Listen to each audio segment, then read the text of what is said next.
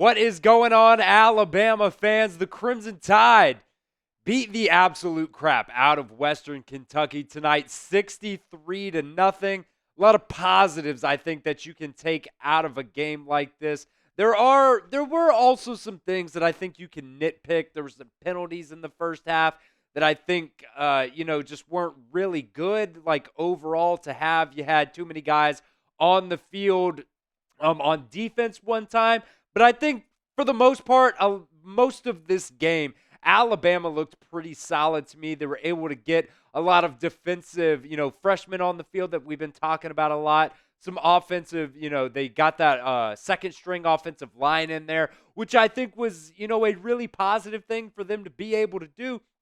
Because as we will talk about here in just a second, Kadyn Proctor was not in the game today. He ended up getting hurt, but we'll talk about that more here in just a second. But make sure you guys are subscribed right here to the Alabama Football Report.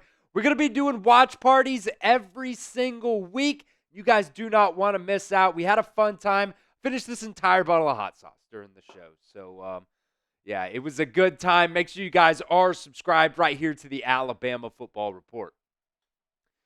All right, so the big news, I think the most, important news of the day, Kadyn Proctor was out there during warmups and looked fine, apparently, to, the Alabama reporters out there for the game.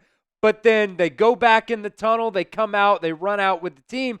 Kadyn Proctor comes out in street clothes, and it seemed like his left shoulder was in a sling, but he kind of had it hidden up under his shirt. So we can only kind of, infer about what was going on there. But Kadyn Proctor Kalen DeBoer did talk about Kadyn Proctor getting injured. It did happen during warmups, and we're just going to have to find out more tomorrow. So we'll probably keep you guys updated on that on a short. But Kadyn Proctor, the guy you thought was going to be your left tackle, not in the first game of the season. So my 5 takeaways here, we'll go one by one. Look, I thought your defense at the end of the day was just absolutely incredible.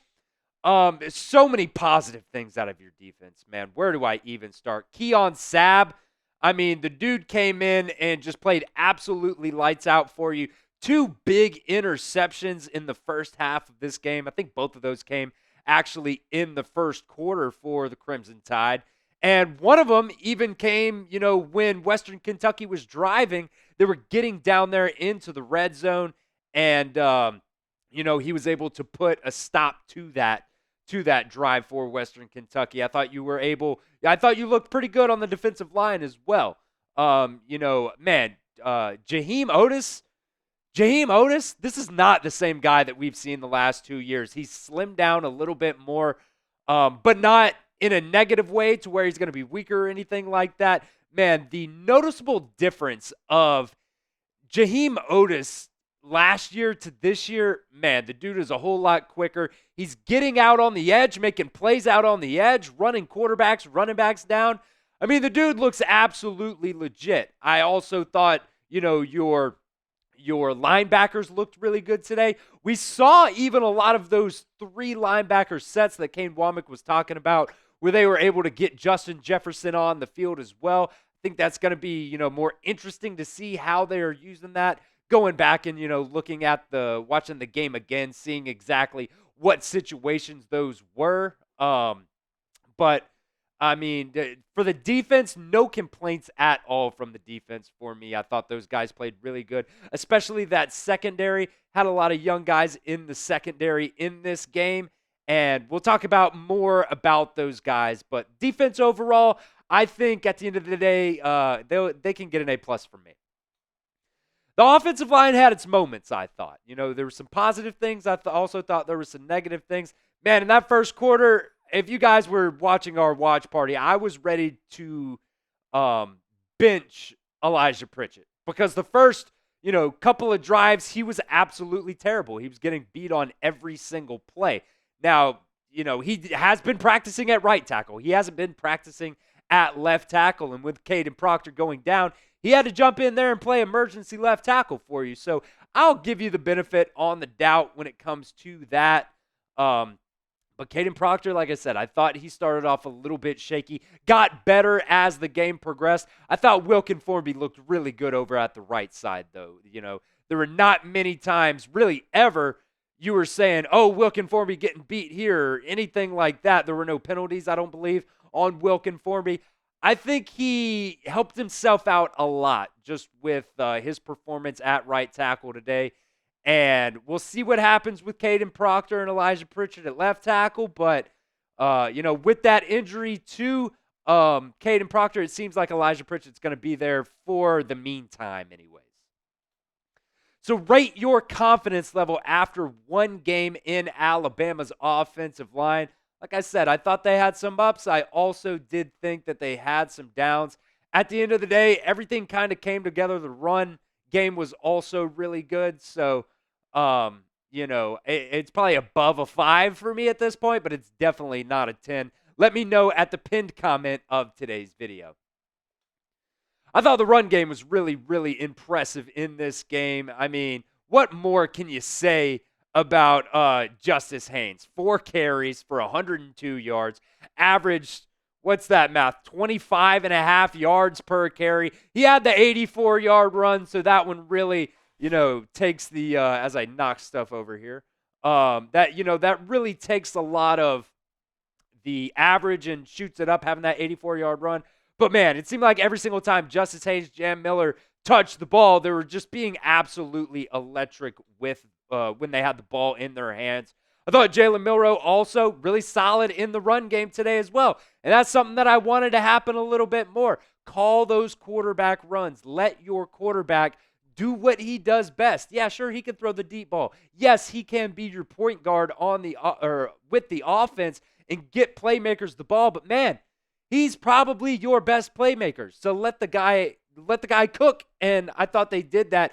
10 carries for Jalen Milroe tonight for 79 yards.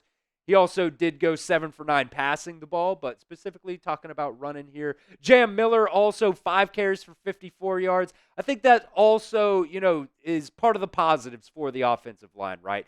The consistency is something that we want to see just continue to build for the offensive line for Alabama because, yes, they still, there still were a couple of times where I thought you should have picked up that first down and they weren't able to do it. But overall, I thought, the consistency will get better. I thought the run game, man, those guys just looked absolutely incredible. Guys, it is already late here at the Chat Sports offices. I'm doing this video after our live stream wrapped up. So that means I'm not really going to have time to eat anything unless I have Factor meals. And that's why I use Factor meals, no prep, no mess meals. Meet your wellness goals thanks to the menu of chef-crafted meals that are dietitian approved and ready to eat in just 2 minutes. They have calorie smart, protein plus, keto, anything that you guys could ask for. So no matter how busy you are, you will have time to eat nutritious, great tasting meals. Make today the day you kickstart your healthy routine. What are you guys waiting for? They have 35 different meal options and more than 60 add-ons that you can choose from every single week. You will also have new flavors to explore. Crush your wellness goals this month with dietitian-approved meals and ingredients that you guys can trust. Head to factormeals.com/BamaChat50 and use promo code BamaChat50 to get 50% off your first month's box and 20% off your next month as well. That's code BamaChat50 at factormeals.com/BamaChat50 for 50% off your first month's order plus 20% off your second month's order while your subscription is active. That link will be in the comment section and the description of today's video. Man, how much could you say about Ryan Williams? I mean, we have talked about the fact that this kid was going to be electric, but me personally, I did not want to put those expectations on this kid because that's something that Nick Saban talked about all the time. Just because he's a high-rated, athlete coming out of high school does not mean that, that needs to get in his head. But I tell you what, dude, Ryan Williams, absolutely electric. He had 2 catches, 139 yards receiving, 69.5 yards average per catch. That's absolutely insane. I think one of them was 84 yards and the other one was like 55 yards or something like that. Broke a tackle on the 55-yarder. 2 touchdowns for Ryan Williams tonight in 2 catches. You couldn't ask for, much anything else out of him. Maybe some more playing time, but I think at the end of the day, Alabama right now wants to keep him as much of a secret as they can right now, which I don't think is going to, be able to last very long because Ryan Williams is here to stay and he's here to play, baby. So type RW in the comment section for me. Spam RW for Ryan Williams. The kid had an incredible day. He is only, still 17 at this point? He's supposed to be in high school. He's scoring 2 touchdowns in a college game for the Crimson Tide. So spam RW for me right now. I also thought the freshman DBs really, really did look the part. And I understand you're going against Western Kentucky, but Western Kentucky is a team that likes to be able to push the ball downfield, and they did try to do that. It's not like Western Kentucky came into this game and, tried to just keep the ball away from Alabama, which they did on that one drive.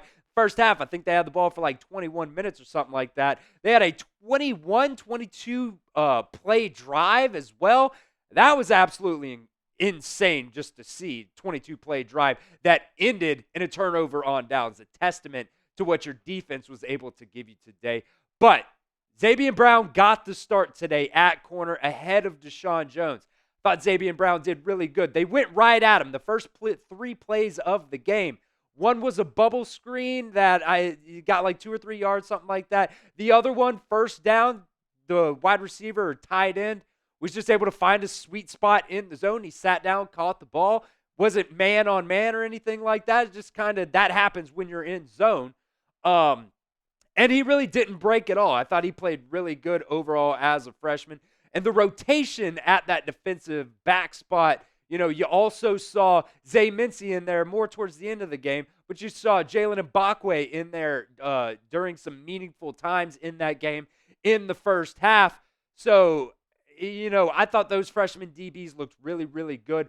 Red Morgan also looked really good for you. So, after this game, I'm touching on more of the positives. Because there are some nitpicky things I think that you can go more in detail on. But look, man, I don't see how you could be mad at a 63-0 win at the end of the day. The Crimson Tide put the hammer down on Western Kentucky. It's time to do that against South Florida next week. Hopefully, Kadyn Proctor, we can figure out maybe it wasn't that big of an issue. But that is going to worry me a little bit along the offensive line. Just having a situation come up that you didn't really expect that was going to happen. But, we'll see what happens when it comes to that. If there's any news tomorrow that comes out on Kadyn Proctor's injury status, we'll let you guys know as well. So make sure you guys are subscribed, turn those notifications on, and roll Tide, everybody.